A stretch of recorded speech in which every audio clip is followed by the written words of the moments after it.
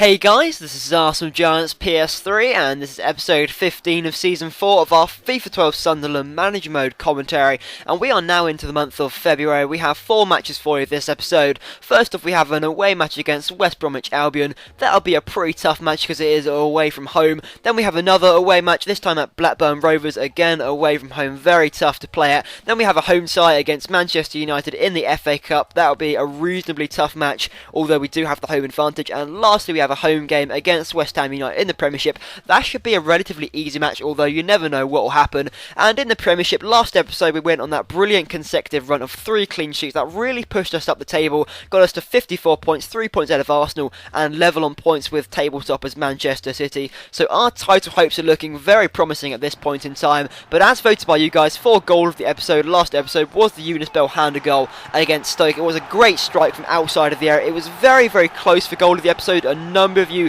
voted for the other one, but I'm gonna have to give it to Eunice Belhanda. I looked through almost all of the comments and it was very, very close. But anyway, on to our first match now against West Brom, and I am going to be starting with James McLean against West Brom. He was on a pretty good run of form. He scored that beautiful chip against Stoke, so I'm going to be starting him in this match. And in all honesty, this was a relatively even first half. I mean, the first opening stages, there weren't too many chances. West Brom here managing to get clear of Hovland, forcing a pretty good save out of Courtois, but nothing really that much happening. Then in the 60th minute, we finally had a chance of our own. Podolski picked up the ball and plays over top to Zagoyev, and look at that for a bicycle kick. What a lovely goal from Zagoyev. I got a few comments last episode saying me that, oh, you're pronouncing it wrong, it's not Zagoyev, it's Zagoyev. So I have learned how to pronounce it. Thank you guys for reminding me how to. But what a goal there from Zagoyev. That was absolutely fantastic. A bicycle kick. I've never scored a bicycle kick on FIFA 12. That was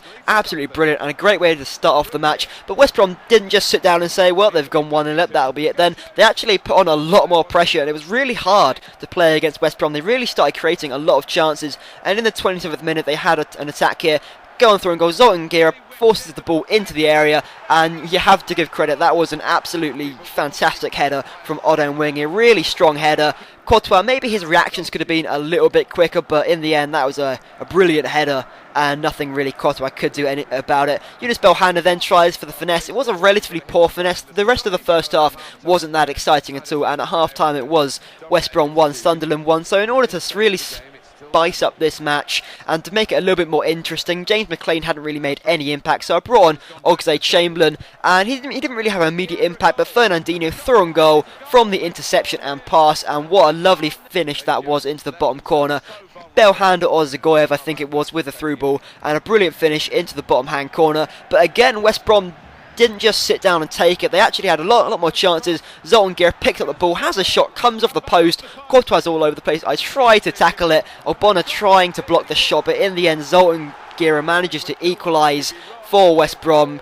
And, you know, in fairness to West Brom, they really did just crank up the pressure, and it seems to be really frustrating. Last episode, I was keeping out everything. I kept 3 consecutive clean sheets, and yet as soon as I scored this episode, West Brom come on the attack, and I seem to panic a little bit, really.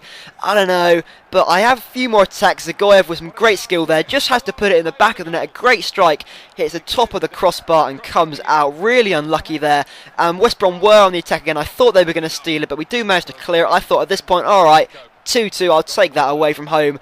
But Fernandinho picks it up, plays through Kevin Gamera and through on goal. There weren't too many options, have to go for the shot, and a brilliant finesse past the keeper to make it 3-2. Really nice finish there, and in the 90th minute that is surely it. A nice goal there. They do try to put it back in the area. Morrison picking up the ball, tries to get it in. Not many two options, only got Odin Wing up front. Some pretty nice football though, but a fantastic tackle from Hovland to make the interception. We hoof it out from Courtois from the goal kick, and that is it for full time. 3-2 at full time, so a really important 3 points. And although I did concede the 2 goals, which I wasn't happy about whatsoever, the 3 points more than makes up for it. So anyway, on to our second match now against Blackburn, and no, your eyes are not deceiving you. That is Fernando Torres playing for Blackburn Rovers. Loads of you realised last episode he made his £23 million move to Blackburn, and you know, I'm not to slag off Blackburn, but I don't know why he went there whatsoever. But anyway, back to the match, and you know when it is this horrible rainy conditions away from home, something terrible is going to happen, and that's exactly what happened. Vukcevic chips it over, Courtois. Maybe Courtois could have done a little bit more about it, just sort of allows it to go over his head. But never mind, we have gone 1-0 down. We're just going to have to carry on. Some pretty nice passing there. Shaqiri through on goal almost. I really should have just tried smashing that in instead of trying for the finesse. That's what always seems to happen. I have a choice of either finessing it or going for power, and I always make the wrong decision. We get a little bit of luck as Goyev snatches it off and Nzonzi plays it through to Kevin Gamera and he smashes it past the keeper. And I must say, a lot of people were saying that I should flog off Kevin Gamera in the January transfer window, but he has just been an absolute revelation. He's been so clinical lately and he does give us that equaliser. Fernando Torres, although he is going to be the star player of this Blackburn team, he wasn't really making that much trouble. Yes, he was being a nuisance of himself, he was creating a few chances, but he wasn't really that awful. He wasn't really that great, if I am honest. And James Milner had the shot there. I really should have passed it across yet again, making the wrong decision, but Kevin Gamera picks up the ball and finesses it into the bottom hand corner. A really nice finesse there into the bottom hand corner. Goalkeeper couldn't do anything about it, and as I say, Kevin Gamera has just been absolutely awesome. And Nzonzi yet again losing out to one of my players. This time it is Zagoyev yet again, sees the players in the centre, just going to sweaty goal that to Exarden Shaqiri, and that is 3-1 just before half time. A really, it was a sweaty goal, but I'm going to take every sweaty goal that I can get. And Fernando Torres, yet again, trying his hardest. In fairness, he was trying. Courtois comes from behind, just takes him out. He really should have had a penalty for that. But in the end, they do manage to get the cross in, but it is cleared out. And, although Blackburn did manage to score that goal, they weren't really threatening that much, but I cannot stress this enough. At half-time, something happened. I don't know if it was, EA scripting or anything like that. I mean, I don't want to make any excuses, but something changed. Maybe it was my tactical defending. Maybe I started defending awfully, but Vukcevic gets them back into the match, scores in the bottom-hand corner. A pretty nice goal, just sort of toe punts it in the back of the net. But something seemed to change, and it just seemed that all my defending, I couldn't tackle it, I couldn't hold on to the ball, and Fernando Torres managed to equalise. And how do you let a 2-goal lead slip in such a short amount of time?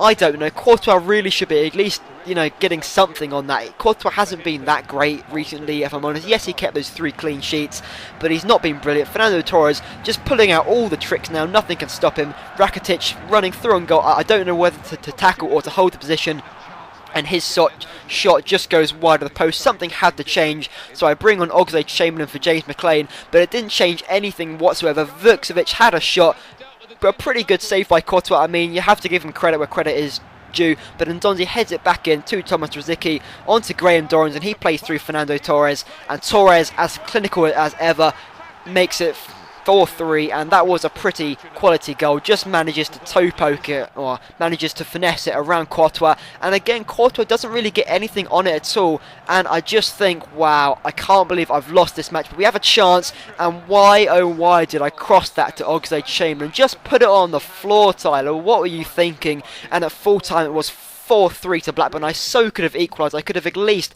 picked up a point. I can't believe I threw that away. I was 3-1 up at half time, and I was so angry at myself. I couldn't believe that I threw that away. At this point I was just so frustrated. So we go into our third match against Manchester United now, and after that loss to Blackburn, I was not confident whatsoever. I was thinking, well, I'm probably going to get thrashed in this match, as is what happens. But we actually started off relatively positive. Zagoyev had a shot that was saved by the keeper reasonably comfortably, but it's always nice to have shots. I would much rather have the shots saved by the keeper than not create any chances at all. Yet again, Zagoyev had this shot, another good save by the keeper, comes out for a corner, but nothing comes of it. And as you can see, Obona went for the header, and he's actually gone down with an injury. And for all Obona's strength, his power, his speed, how awesome he is slightly injury prone is what I found. So he is going to have to go off with a head injury. I think he does have concussion, so he's not going to be out for too long. But it's not his fault that he got concussion for a header, but he is slightly injury prone, I have found out. But Man United had a few chances of their own. Kevin Prince Boateng with the shot just wide of the post, and it seemed that after Obona went off, they just had chance after chance. My defence just completely fell apart, and Rafael van der Vaart, just on the stroke of half time, manages to make it 1-0 to United. I had to bring on Dade for Obona, who, he's an alright, he's pretty quick, but he's not really all that impressive. And at half-time it was 1-0 to United, so I had to change something. I bring on Lucas Podolski for Kevin Gamero. I know Gamero played really well last episode, he scored twice, but Lucas Podolski is also a quality player. But yet again, United were just on the attack. I couldn't stop their attacks at all. But we did get a chance in the 58th minute, tried to pass it out to Zagoyev. The shot was managed to be blocked, but I get it back through Lucas Podolski, and Zagoyev picks it up again, and a lovely finesse into the bottom hand corner to equalise on the 60th minute. A really nice finesse there from outside the area. Goalkeeper couldn't do anything about it, past him so quick, and after that it felt a little bit easier. It felt a lot more comfortable to create chances. Unispel Handa had the shot. Yes, we had the shot, but yet again I would much rather be creating chances than not having any chances at all. But Man United did have a few chances of their own. Nani crossing into Fabricio Macheda. He tries for the spectacular, but in the end a pretty good shot came in, and Courtois was equal to it though. But again, United on the attack. Valencia tries to cross it in. He finds Augusto Vidal, and how does Vidal not score that? I was so shocked that he didn't put it in the back of the net. I was really happy though. But a nice tackle there from Hovland, just managing to keep them out. And, I'm sorry guys, but I do not know what got over me here. Shaqiri going in for a terrible challenge on Raphael, and he gets the yellow card. I mean the red card, sorry. It was from behind. He does deserve to be sent off. I don't know. I was really angry at this point, losing to Blackburn and still being level with Man United, even though I had so many more chances. And Man United almost scored there. I just managed to keep it out, and I don't know. I was just really frustrated, but we managed to clear it out there to Lucas Podolski against Rio Ferdinand. Lucas Podolski takes it past him, and I think, yes, I have a chance. I have one last chance. Lucas Podolski picks out Fernandinho, and yes, the sweaty goal in the last minute. That is just so typical of me to steal it at the last minute, and that's what I do. Sunderland 2-1 over Man United in the FA Cup with 10 men at full time, and that is a brilliant result. But it's not over. We do still have one match left, and Xherdan Shaqiri is not going to be involved. He is suspended for the next 3 matches. I can't believe I got him sent off. That was just such an idiotic moment. I felt so stupid, and I had to put it on as a highlight as well. I couldn't believe it. Obona's out for the next 2 weeks as well with injury, which means that Hovland and Dede are going to be partnered in defence. So against West Ham, they have a reasonably good team. They do have Demba Ba, Jack Collison among other players, but at home this is supposed to be 3 points in the bag completely. But matches are never that easy, but we do get off to a really good start here. Zagoyev forcing the save out of the keeper, and it manages to be cleared. But West Ham didn't just take it, as we saw earlier. Whenever I have a chance, I have to take it. I really have to be more clinical. They try to chip Courtois, but in the end Courtois just manages to get enough on it to tip it out for a corner, and nothing comes of it. But we do have a few more chances. A goal played through and goal by Lucas Podolski, just takes a bit too heavy a touch. In the end the keeper makes a pretty comfortable save, and it comes out for a corner. But in the end West Ham did have a better chance. Gary O'Neill through on goal and just finesses that. And Courtois, I'm getting pretty frustrated with Courtois, how he just doesn't make any effort at all sometimes. I mean, look, at least try going to go, at least try to stop it. He just sort of stands there like, well, it's past me already, what's the point? That's just one little frustration I have. Maybe it's just something I shouldn't really be getting annoyed about. But we had a few more chances. Fernandinho had a shot saved by the keeper. Lucas Podolski then picking up, just has to carry the ball a bit more. Zagoyev picks out James Milner, and a nice finesse past the keeper. Something just an average goal really, nothing really too special, because some quite nice passing. He manages to beat the offside trap and equalise. So at half time it was Sunderland 1, West Ham 1. So on course for a relatively easy match. I don't know, there is the equaliser, so we had a few more chances after half time. Zagoyev forcing the save. It does come out from the goal kick though, straight to Lucas Podolski from the header, through on goal, and just toe pokes it into the back of the net to put us 2-1 ahead. And that is a breath of relief. What? A breath of relief. I couldn't say breath.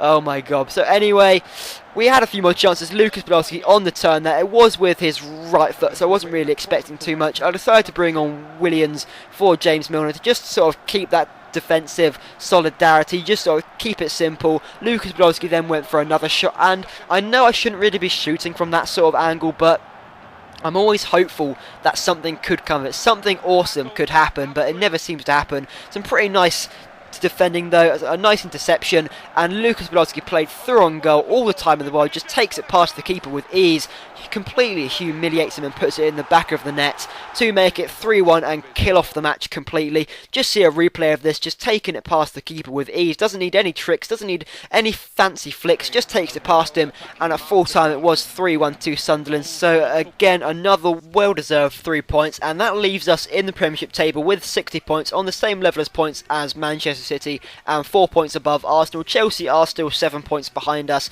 so it is purely down to me and Manchester City now in terms of the title race. And now for goal of the episode, and we have the Zagoyev goal against West Brom, the beautiful, the fantastic bicycle kick, and that was a brilliant goal. And then lastly we have the Lucas Podolski goal against West Ham. That was a really nice goal, just takes it past the keeper, but in my eyes the clear winner has to be Zagoyev. But I'd love to hear you guys' opinion, and for player of the episode I'm kind of leaning towards Zagoyev, but I can't really choose, so I'm going to let you guys decide that. So anyway guys, thanks for watching this episode. I hope you enjoyed it. If I'm honest, I'm a little bit ill, and the commentary I fear was a bit kind of, I don't know, not really that great, but oh well. I hope you guys enjoyed it anyway, and thanks for watching.